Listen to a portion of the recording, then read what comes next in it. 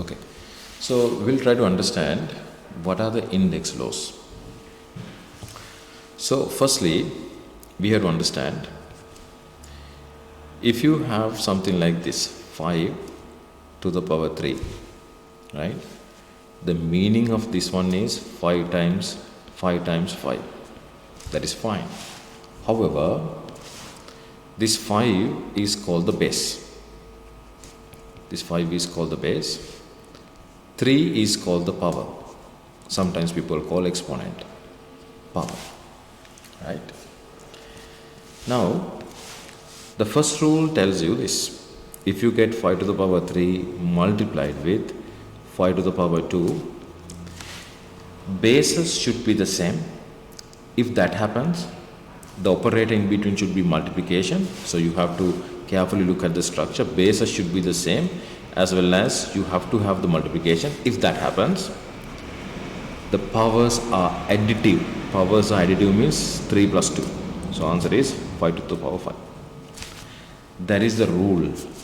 Okay. Now, few mistakes. I have seen students do this one. 5 to the power 3 plus 5 to the power 2. If this happens, right? So, and if this is the question, if you try to do the addition of the powers, that is wrong. Okay. So you can't do this one. You can't do this one. Okay. So first of all, understand the very basic concept. This cannot be a positive operator. It should be a multiplication. Okay.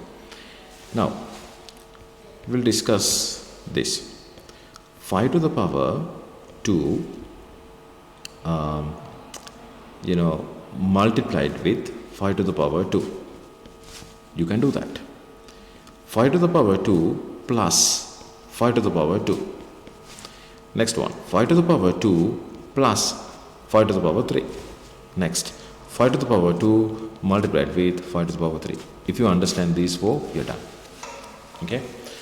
Now, firstly, the first one is 5 to the power 4. Right? Powers are additive. So you see whether the bases are the same. Yes. And then multiplication is there. Criteria is satisfying. The answer is 5 to the power 4. Correct. If you go to the second one, okay, before I go to the second one, I'll go to the last one. You go to the last one, you can see 5 to the power 2, 5 to the power 3. Fine, the bases are fine. Powers are additive. So the answer is going to be 5, 5. Right? So, good. Now, if you go to the second one, right?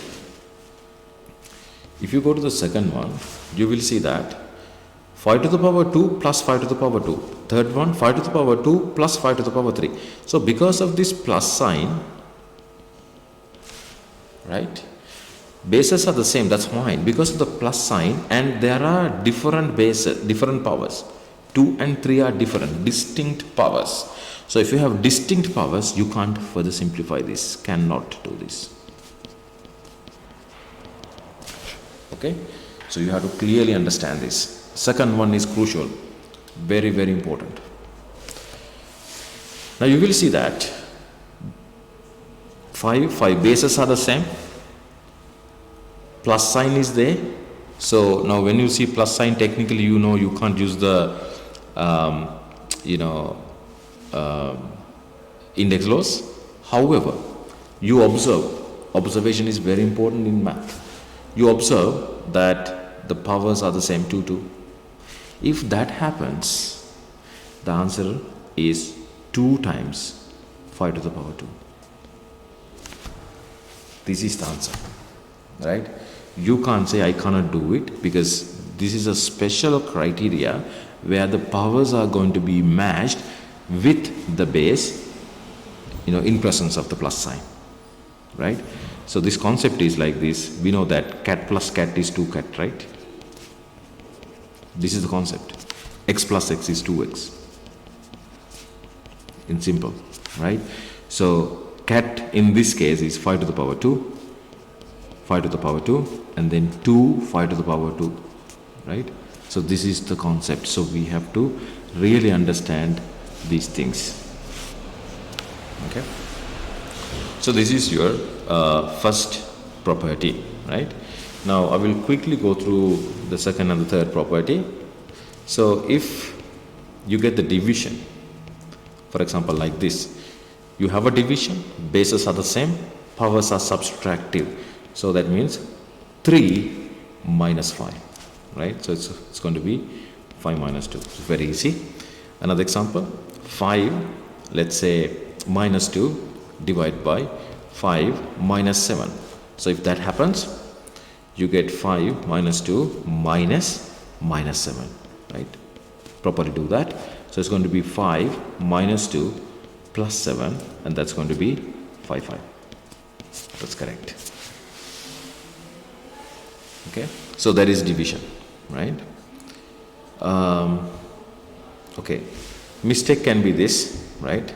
5, 3 minus 5. This can be, if you don't know the detail right, you might do something wrong here, right? So be careful here. Then 5, 3 division 5, you know how to do that. So that is what we have done here, right? So this is fine. Okay, next one. See it what?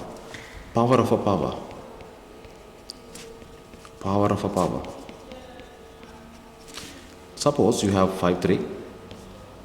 3 is the power, and there is another power. So if that happens, the powers are multiplicative. So 5, 3 times 2. So it's going to be 5, 6.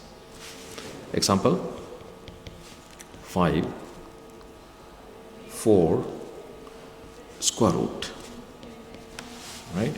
So we have to understand, and we know square root is half power. 5, 4 square root is half power. Okay? So square root of something means the half power of that something, like that. So you can put x here, so then it's going to be x there. Okay? So if that happens, this is equal to 5, 4 multiplied with 1 divided by 2.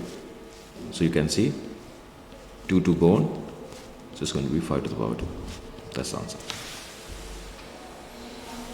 All good. Now, there is another very important thing that I need to teach you. Suppose you have 5 multiplied with 5 minus 5. You are using the first index law, then the answer is 5 minus 5 is 0, right? 5 to the power 0, and the answer is 1. So the output would be this, right? So that would be 5 times 5 minus 5 is going to be 1. So this relation tells you a story. 5 to the power 5, if you cross multiply, meaning you put this one down here, or you divide both sides by 5 to the power minus 5, you get 1 divided by 5 to the power minus 5, right?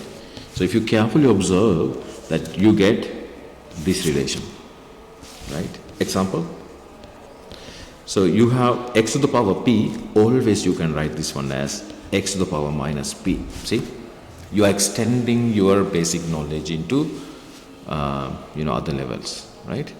Also, if you look into this one, you can write 5 to the power minus 5 is equal to 1 divided by 5 to the power 5. How come? You bring this one down here, right? So if that happens, the same thing can be expanded. X to the power minus theta. Okay, I'm using some weird notation, that's all right. So this is equal to 1 divided by x theta. This is correct, right? So I have covered all the necessary basic index laws in this lesson.